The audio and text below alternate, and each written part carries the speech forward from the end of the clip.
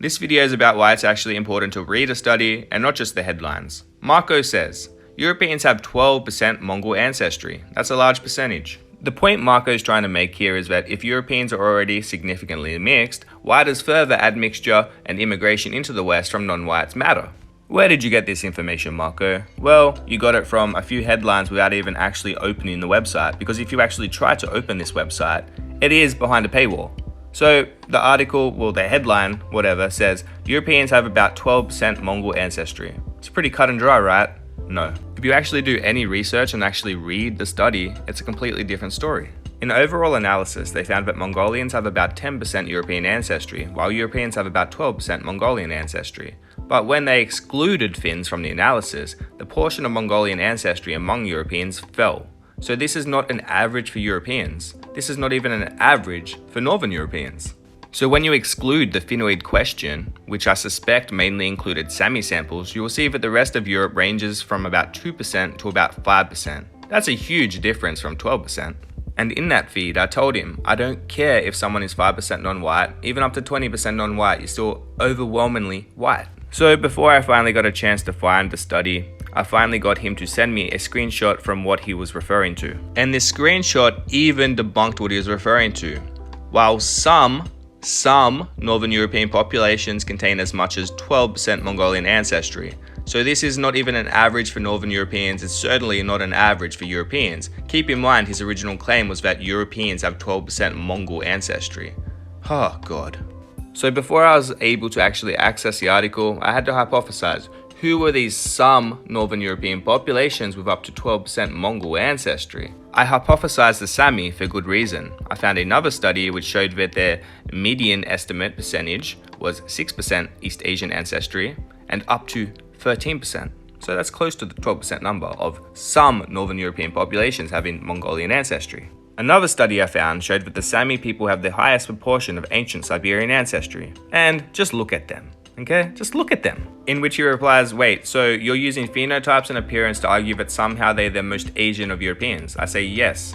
Generally, the more of one race you are, the more you look like that race. Of course, it's not always like that, but on a group level, that tends to be how it is, you know? If I was 25% black, I would look more black than the 0% black I am now. And you are no exception to this rule, Marco. Based on your phenotypes, I could tell that you weren't fully Italian, and you told me you are 25% Indian. And I can see it clearly now, the cope has gone. I can see all the Indian in your DNA. Then he sends me this screenshot about the 3 major migrations that have occurred coming into Europe over the past 15,000 years, which forms the genetic clustering of Europeans today. We are all related to these tribes that came in. These were major migrations. So it's like, if you guys came from the Middle East 15,000 years ago, why can't 1 billion Indians come to Europe today? It's arbitrary. I'm like, dude, it's not arbitrary. I'm like, dude, 15,000 years is not arbitrary. An Indian today having a kid with another Indian will look Indian. The offspring will. Same with an Irishman. They will look European, Irish. I never said they were pure, no one says this. We are overwhelmingly European though, and come from a distinct line of 3 or 4 migrations that finished thousands of years ago. You'll miss the boat. We are a genetic cluster now, and you missed out on that. As I say in the caption here, Marco is one of those what even is white deconstructionists. Even the most Asian Europeans are a max 13% East Asian ancestrally. Still much lower than 25% Indian like you, Marco, and they have been absorbed into our gene pool over centuries, and our phenotypes haven't changed because it was a small amount a long time ago. They are part of our ancestry now, and Indians have no claim to the Western world just because we are already slightly mixed. Literally every other race, ethnicity is already slightly mixed. Doesn't mean we should continue to mix. Just because some of us might have 5 to 15% non-white ancestry. Many Han Chinese are 5 to 15% non-East Asian. So this is flawed logic. Using your logic, Japanese people don't have a right to Japan because they have some non-Japanese admixture and some non-East Asian admixture. Again, this is a cope for non-whites to try and claim a stake in our lands. Indigenous Europeans are still overwhelmingly white, and we should retain our demographics, not invite more Indians in. I'm sorry, but your Indian family back in India have no claim to Europe or the West. So using this logic that we're all Middle Eastern because we come from a great migration that occurred thousands of years ago from the Middle East is like saying we're all African because everyone on Earth today descends from the out of Africa theory, right? So and he's like, yeah, we're all flipping African. No, anthropologists use ancestral groupings. They don't just say, oh, we originally came from Africa, therefore we're all African. If you get an ancestry DNA test done, it's not just going to be like 100% African. No, there's going to be genetic geographical clusterings which are used to determine your race, your ethnicity. So I'm like, dude, why don't I look African then? Maybe because we evolved separately and faced different climatic and lifestyle challenges for thousands of years, huh?